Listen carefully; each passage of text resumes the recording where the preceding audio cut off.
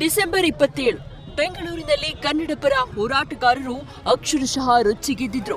ಕನ್ನಡ ನಾಮಫಲಕಗಳನ್ನು ಅಳವಡಿಸಬೇಕು ಅಂತ ಬೋರ್ಡ್ ಕಿತ್ತೆಸೆದು ಆಕ್ರೋಶ ಹೊರಹಾಕಿದ್ರು. ರಾಜಧಾನಿಯಲ್ಲಿ ಎಲ್ಲೆಲ್ಲಿ ಅನ್ಯ ಭಾಷೆಯ ಬ್ಯಾನರ್, ಫ್ಲೆಕ್ಸ್, ಬೋರ್ಡ್ ಕಾಣಿಸಿದ್ವು ಅಲ್ಲೆಲ್ಲ ಅವತ್ತು ಕನ್ನಡಿಗರ ಕೋಪ ಸ್ಫೋಟಕ್ಕೆ ಚಿತ್ರಗೊಂಡಿದ್ವು.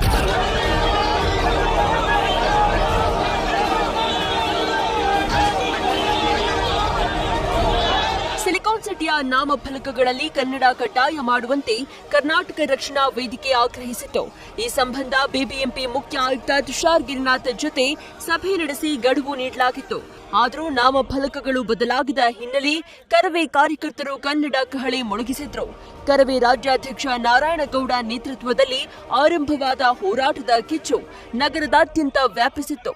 ಏರ್ಪೋರ್ಟ್ ರಸ್ತೆಯಿಂದ ಮೆಜೆಸ್ಟಿಕ್ನ ಸಂಗೊಳ್ಳಿ ರಾಯಣ್ಣ ರಸ್ತೆಯವರೆಗೂ ಉಳಿಸಿ ಉಳಿಸಿ ಕನ್ನಡ ಉಳಿಸಿ ಘೋಷ ವಾಕ್ಯದೊಂದಿಗೆ ಪ್ರತಿಭಟನಾ ರ್ಯಾಲಿ ನಡೆದಿತ್ತು. ಈ ವೇಳೆ ರೊಚ್ಚಿಗೆದ್ದ ಕಾರ್ಯಕರ್ತರು ಏರ್ಪೋರ್ಟ್ ಟೋಲ್ ಬಳಿ ಇಂಗ್ಲಿಷ್ ನಾಮಫಲಕ ಧ್ವಂಸ ಮಾಡಿದ್ರು. ಪ್ರತಿಭಟನೆ ತೀವ್ರ ಸ್ವರೂಪ ಪಡೆದುಕೊಳ್ತಾ ಇದ್ದಂತೆ ನಾರಾಯಣಗೌಡ ಸೇರಿದಂತೆ ಹಲವು ಪ್ರತಿಭಟನಾ ನಿರತ ಕಾರ್ಯಕರ್ತರನ್ನ ಪೊಲೀಸರು ವಶಕ್ಕೆ ಪಡೆದುಕೊಂಡಿದ್ರು.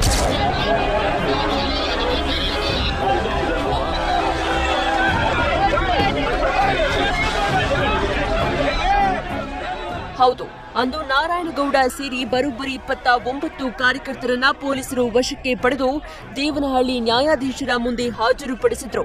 ಬಳಿಕ ನ್ಯಾಯಾಲಯ ನಾರಾಯಣಗೌಡರನ್ನ ಸೇರಿ 29 ಜನ ಕಾರ್ಯಕರ್ತರಿಗೆ 14 ದಿನದ ನ್ಯಾಯಾಂಗ ಬಂಧನ ವಿಧಿಸಿತ್ತು. ಅದರಂತೆ ನಾರಾಯಣಗೌಡರನ್ನ ಪರಪ್ಪನ ಅಗ್ರಹಾರದಲ್ಲಿ ಇರಿಸಲಾಗಿತ್ತು. ಆದರೆ ಮಂಗಳವಾರ ಜಾಮೀನಿನ ಮೂಲಕ ನಾರಾಯಣಗೌಡರು ಆಚೆ ಬಂದಿದ್ರು.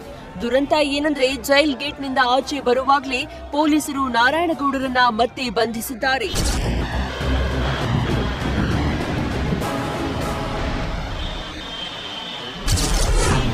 ಜೈಲಿಂದ ಆಚೆ ಬರ್ತಾ ಇದ್ದಂತೆ ಮತ್ತೆ ಅರೆಸ್ಟ್ ಆಗಿದ್ದೇಕೆ ನಾರಾಯಣಗೌಡ? ಹೌದು, ಕನ್ನಡ ಫಲಕ ಕಡ್ಡಾಯವಾಗಬೇಕು ಅಂತ ಪ್ರತಿಭಟನೆ ಮಾಡಿ ಜೈಲು ಸೇರಿದ್ದ ಕರವೇ ರಾಜ್ಯಾಧ್ಯಕ್ಷ ನಾರಾಯಣಗೌಡ ರಿಲೀಸ್ ಆಗ್ತಾ ಇದ್ದಂತೆ ಮತ್ತೆ ಅರೆಸ್ಟ್ ಆಗಿದ್ದಾರೆ. ಕರವೇ ರಾಜ್ಯಾಧ್ಯಕ್ಷ ನಾರಾಯಣಗೌಡ ಸೇರಿ ಒಟ್ಟು 28 ಜನರಿಗೆ ನ್ಯಾಯಾಲಯ ಜಾಮೀನು ನೀಡಿತ್ತು. ಆದರೆ ಬೇಲ್ ಪಡೆದು ರಿಲೀಸ್ ಆಗ್ತಾ ಇದ್ದಂತೆಯೇ ಕುಮಾರಸ್ವಾಮಿ ಲೇಔಟ್ ಠಾಣೆ ಪೊಲೀಸರು ಮತ್ತೆ ನಾರಾಯಣಗೌಡರನ್ನ ಅರೆಸ್ಟ್ ಮಾಡಿ ಬಿಗಿ ಭದ್ರತೆ ಮೂಲಕ ಮೆಡಿಕಲ್ ಟೆಸ್ಟ್ ಮುಗಿಸಿ ಕೋರ್ಟ್ಗೆ ಹಾಜರುಪಡಿಸಿದ್ದಾರೆ. ರಿಲೀಸ್ ಆಗ್ತಿದ್ದಂತೆ ಕರವೇ ನಾರಾಯಣಗೌಡರನ್ನ ಪೊಲೀಸರು ಮತ್ತೆ ವಶಕ್ಕೆ ಪಡೆದಿದ್ದಾರೆ.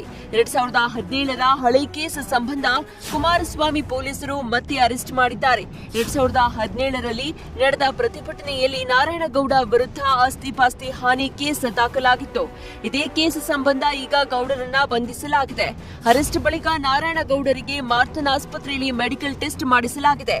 ಬಳಿಕ 30ನೇ ಎಸಿಎಂಎಂ ಕೋರ್ಟ್ ಮುಂದೆ ಹಾಜರುಪಡಿಸಲಾಗಿದೆ.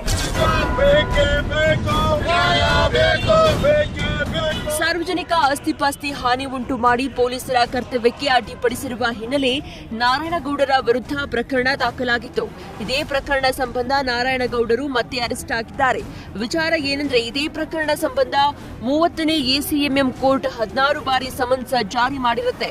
ಸಮನ್ಸ್ಗೆ ಉತ್ತರ ಸಿಗದೇ ಇದ್ದಾಗ ಎನ್ಬಿಡಬ್ಲ್ಯೂ ಜಾರಿ ಮಾಡಿರುತ್ತೆ. ಹೀಗಾಗಿ ಪುನಃ ನಾರಾಯಣಗೌಡರನ್ನ ಅರೆಸ್ಟ್ ಮಾಡಲಾಗಿದೆ.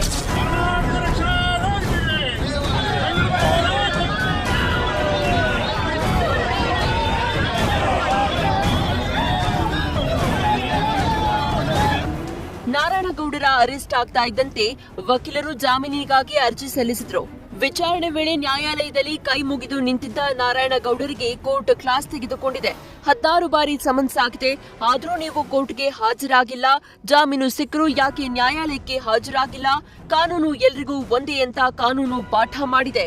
ಇನ್ನು ಈ ಬಗ್ಗೆ ಮಾತನಾಡಿರುವ ನಾರಾಯಣಗೌಡ ಪರ ವಕೀಲ ಕುಮಾರ, ಪೊಲೀಸರು ಹಾಗೂ ಸರ್ಕಾರ ನಾರಾಯಣಗೌಡರನ್ನ ಜೈಲಲ್ಲಿಡಲು ಹುನ್ನಾರ ನಡೆಸ್ತಾ ಇದ್ದಾರೆ.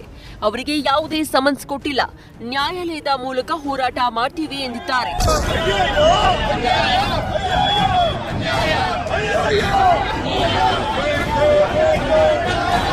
ಸದ್ಯ ನಾರಾಯಣಗೌಡರನ್ನ ವಿಚಾರಣೆ ನಡೆಸಿರುವ ನ್ಯಾಯಾಲಯ ಆದೇಶವನ್ನ ಬುಧವಾರಕ್ಕೆ ಕಾಯ್ದಿರಿಸಿದ್ದು, ನಾರಾಯಣಗೌಡರಿಗೆ ಜೈಲ ಬೇಲ ಅನ್ನೋದನ್ನ ಕಾದು ನೋಡಬೇಕಿದೆ.